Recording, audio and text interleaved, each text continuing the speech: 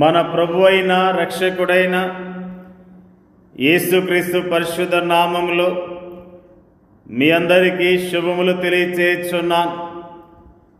ఈరోజు బలపరిచే వాక్యము నిర్గమకాండము 16వ అధ్యాయము 4వ వచనము. యెహోవా మోషేను చూచి, ఇదిగో నేను ఆకాశము నుండి మీ కొరకు ఆహారమును కురిపించెదను.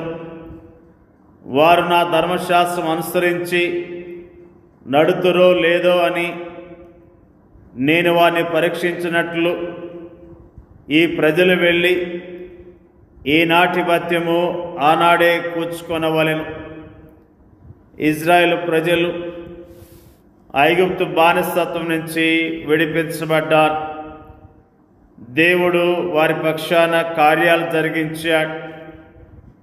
వారి ప్రయాణములో ఉన్న అడ్డంకులను తొలగించాడు.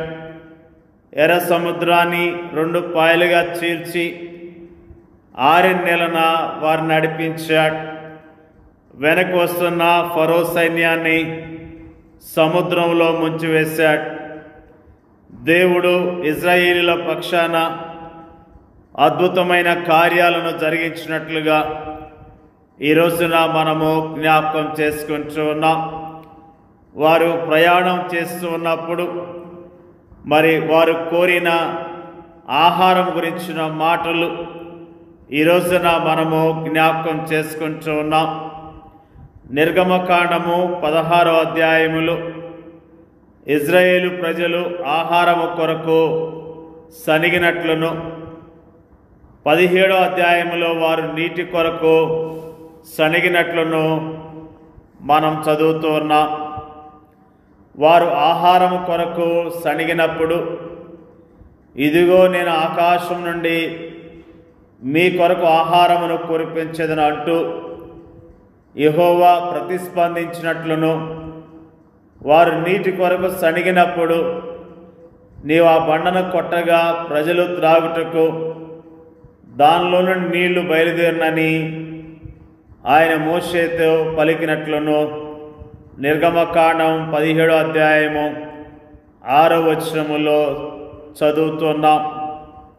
వారు ఆహారము కొరకు అడిగినప్పుడు ఆయన వారికి ఆకాశపు వాక్యలను విప్పి ఆహారాన్ని వర్షములా కురిపించాడు. వారు నీళ్లు కొరకు అడిగినప్పుడు ఆయన బండలో నుండి వారి కొరకు నీళ్లను ఉబక చేశాడు.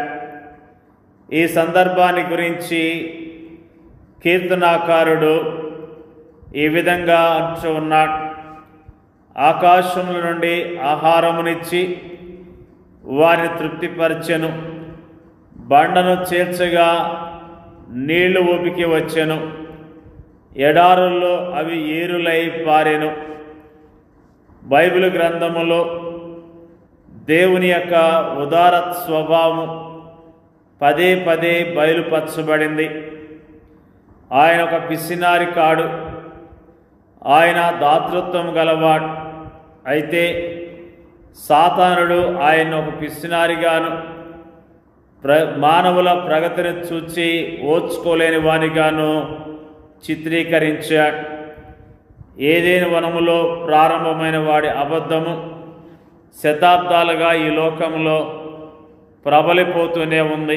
కానీ రక్షించబడిన మనపై ఆయన కురిపించిన ఆత్మీయ ఆశీర్వాదాలను ఒకసారి గమనించినట్లయితే, సమృద్ధి అయిన క్షమాపణిచ్చే దేవుడు.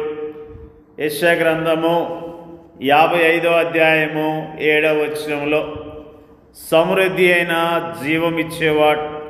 యోహాను సువార్త 10వ అధ్యాయము 10వ వచనము సమృద్ధి అయిన పరిశుద్ధాత్మని నింపుదల.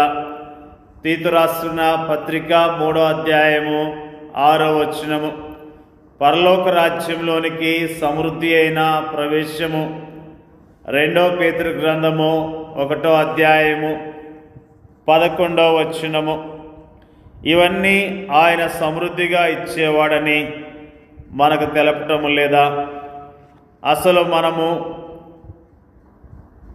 దేవుని యొక్క గొప్పతనాన్ని గుర్తించాలి. దేవునిలా ఇచ్చేవారు ఎవరైనా ఈ లోకంలో ఉన్నారా? ఆయన ఎంత ప్రేమ కలిగిన వాడంటే తన సొంత కుమార్ని అనుగ్రహించుటకు వెనుదీక మన అందరి కొరకు ఆయనను అప్పగించినవాడు. ఆయనతో పాటు సమస్తమును మనకెందుకు అనుగ్రహింపడు? రోమిలకు రాసిన పత్రిక 8వ అధ్యాయం 32వ వచనము. ప్రేమైన దేవుని యొక్క ప్రజలారా, ఈనాడు మన అవసరతలు ఏమున్నాయి?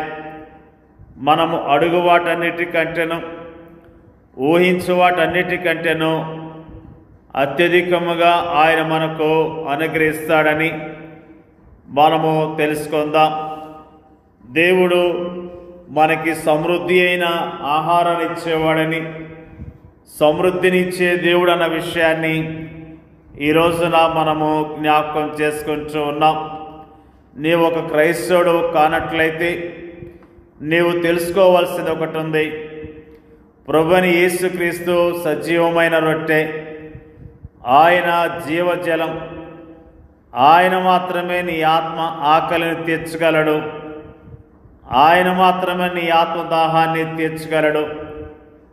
ఆయనే నీ ఆత్మకు రక్షకుడు.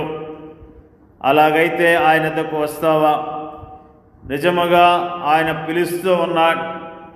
ప్రయాసపడి భారం మోస్తున్న సమస్త జనులారా, నా యొద్దకు రండి, నేను మీకు విశ్రాంతినిస్తానని ఆయన పిలుస్తూ ఉన్నాడు.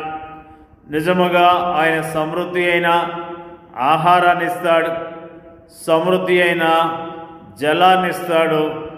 మరి మన ఆత్మీయంగా మనకు కావలసిన సమృద్ధి అయిన ఆహారాన్ని, జీవజలాన్ని ఇచ్చే దేవుడై ఉన్నాడన్న విషయాన్ని దేవుని యొక్క వాక్యం మరి ఎంతో స్పష్టంగా తెలియజేస్తుంది.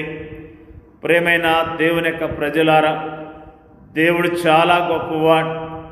మనల్ని రక్షించిన దేవుడు మరి మన జీవితాల్లో కార్యాలు చేయడానికి సిద్ధముగా ఉన్నాడు. ఆయన నామములో రక్షణ పొందిన మనము నిజముగా ఆయన యందు విశ్వాసం ఉంచి మన ఆత్మీయ ఆకలిని తీర్చుకుందాం, ఆత్మీయ దాహాన్ని తీర్చుకుందాం. ఆయన వద్దకు రావటం ద్వారా ప్రతిరోజు పోషించబడతాం, ప్రతిరోజు ఆదరించబడతాం, ప్రతిరోజు దీవించబడతాం. కాబట్టి ప్రతి విషయంలో మన ప్రభు యొద్దకు వద్దాం, ప్రభు మీద ఆధారపడదాం, ప్రభుని మహిమపడదాం. దేవుడి యొక్క వాక్యాన్ని దీవించునుగాక. పరిశుద్ధుడైన మా తండ్రి, జీవాధిపతి అయిన మా ప్రభువా, నీ ప్రజలను మర్చిపోయే దేవుడు కాదు ప్రభువా, నువ్వు మంచి దేవుడు ప్రభు. నీకు వందనాలు తెలియజేస్తూ ఉన్నాం.